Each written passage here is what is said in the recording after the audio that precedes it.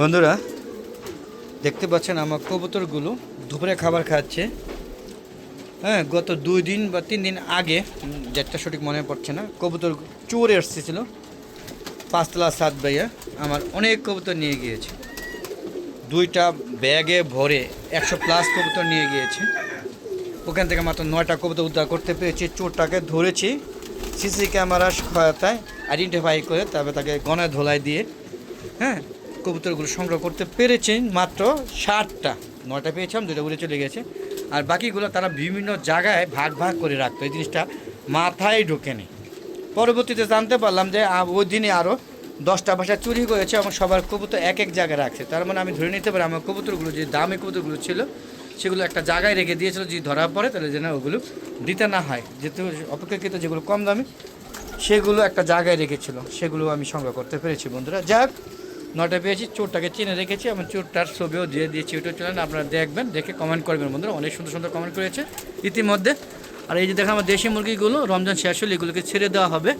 এখন রমজানের সময় এগুলো বিরক্ত করবে দেখে, আর আম গাছে আম ধরেছে মোটর দানার মতো, এগুলো নষ্ট করে ফেলবে, তাই দেখে আপাতত বন্দি করে রেখে দিয়েছে। হ্যাঁ, যেহেতু ভাইরাস চলে গিয়েছে এখন ওদেরকে ছেড়ে দিব মুক্ত অবস্থায়, আশা করি।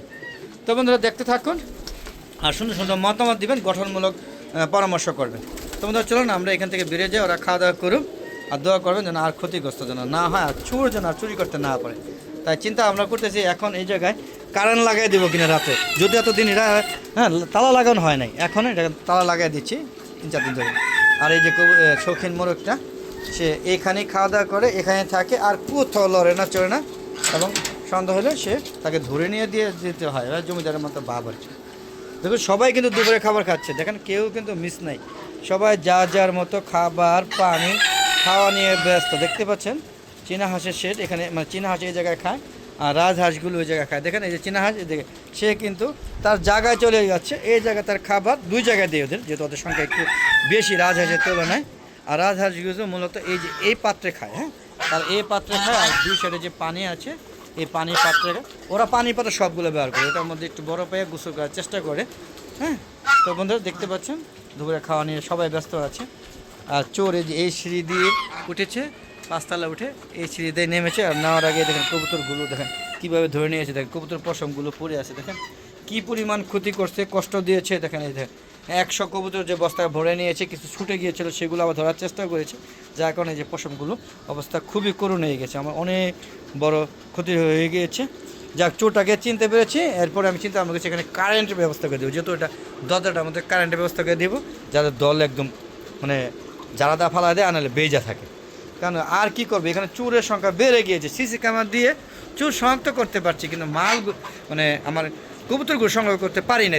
9টা 60টা কবুতর সংগ্রহ করেছি না একটা জায়গায়, 9টা ছিল, 2টা উড়ে চলে গিয়েছে। দেখতে পাচ্ছেন দেশি মোরগ মুরগি এই যে কোথায় উঠে খায়, দেখেন এরা সব জমিদার স্টাইল, ওই দেখেন সব জমিদার স্টাইল, দেখেন কোথা থেকে দেখছেন। হ্যাঁ, এত বড় লাল মোরগ এই যে গলা ছিল মোরগের সাথে পারে না।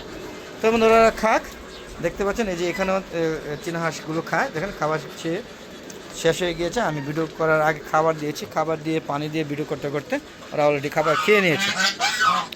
তো বন্ধুরা মূলত আমার ছাদ বাগানের দৃশ্যগুলো আমি দেখানোর চেষ্টা করি আমার ইউটিউব চ্যানেলের ভিডিওতে।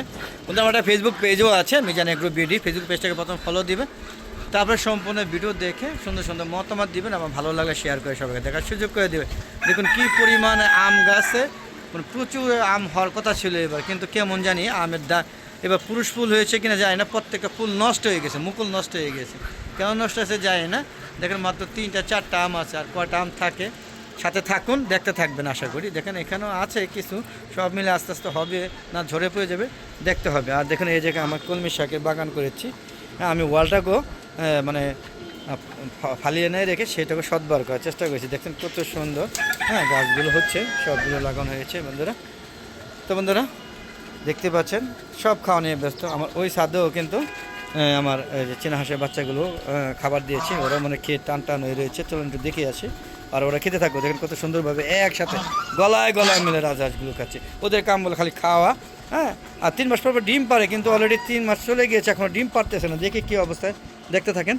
এই যে দেখুন চীনা হাঁসগুলো, ওদেরকে যে খাবার দিয়েছে, খাবার মানে প্রায় শেষ, হ্যাঁ প্রায় শেষ করে দিয়েছিল, মোটামুটি ভরিয়ে দিয়েছে না, দেখতে পাচ্ছেন। এই দেখেন আমার রাজহাঁস আমার চীনা হাঁসের বাচ্চাগুলো বড় হয়ে যাচ্ছে, দেখেন বেশ ভালোই বড় হয়ে যাচ্ছে। তবে অনেক কাঠখড় প্রয়াত হয়েছে, এখানে অনেক বাচ্চা মারা গিয়েছে এই কটা বাচ্চা টিকেতে গিয়ে। দেখেন সেম বাচ্চা সেম ঠিক, কিন্তু অনেক বাচ্চা মারাই গিয়েছে। এই যে রাজহাঁস 54টা থেকে 60টা বাচ্চা আনছিলাম, সেইখান থেকে 3টা 4টা 5টা ঠিকই আছে, কয়টা বেটা বেটি এখনও বলতে পারছি না। দেখেন এই যে আনন্দ করছে। আর চীনা হাঁস আমার নিজের ডিম দিয়ে ফুটিয়েছিলাম, মানে নিজের ঘরে ছাদে যে হাঁসগুলো পালন করিস তার ডিম দিয়ে ফুটিয়েছিলাম, সেখানেও অনেক 100+ বাচ্চা ফুটেছিল। সেখান থেকে এই যে 1 2 3 4 5টা আছে, 5টাই বেটা মনে করছি, দেখা যাক কী হয়। একটা একটু কেমন জানি, হ্যাঁ, যেখানে যে পাগুলো একটু ছোটো ছোটো, মাথা নিচে দেখাটে মনে হচ্ছে প্রতিবন্ধী বা মূলত এটা ছাদ বাগানের দ্বিতীয় অংশ। এই দ্বিতীয় অংশে সম্পূর্ণ, হ্যাঁ, ফল ফুল ঔষধি গাছ এবং সবজি বাগান দিয়ে,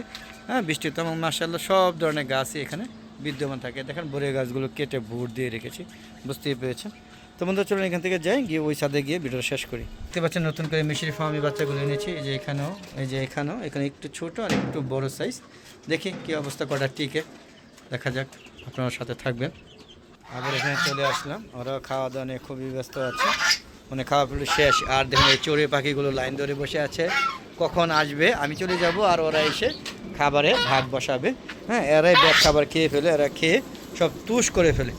তো বন্ধুরা কেমন লাগলো অবশ্যই কমেন্ট করে জানাবেন। আর এরকম ভিডিও পেতে চাইলে অবশ্যই সুন্দর সুন্দর মতামত দিবেন, আর চ্যানেলটাকে সাবস্ক্রাইব করবেন এবং শেয়ার করে সবাইকে দেখার সুযোগ করে দেবেন। আর আপনারাও সবাই ছাদ বাগান করবেন এবং ছাদে হাঁস মুরগি লালন পালন করবেন, তাহলে আপনাদের পুষ্টি আমিষ, হ্যাঁ, আমিষের চাহিদা পূরণ হবে এবং গাছপালা ফল টল যেগুলো আছে এগুলো নিজে বিশুদ্ধ এবং নিট অ্যান্ড ক্লিন ফল খেতে পারবেন, ফুল, হ্যাঁ, ফুলের ঘ্রাণ নিতে পারবেন। আর সবচেয়ে বড় কথা, খাওয়া না, প্রাণ ভরে জীবন বাঁচানোর জন্য যে অক্সিজেন দরকার সেই অক্সিজেন বিনামূল্যে পাবেন। আমরা টাকা দিয়ে কিনে এত সুন্দর অক্সিজেন পাবো না।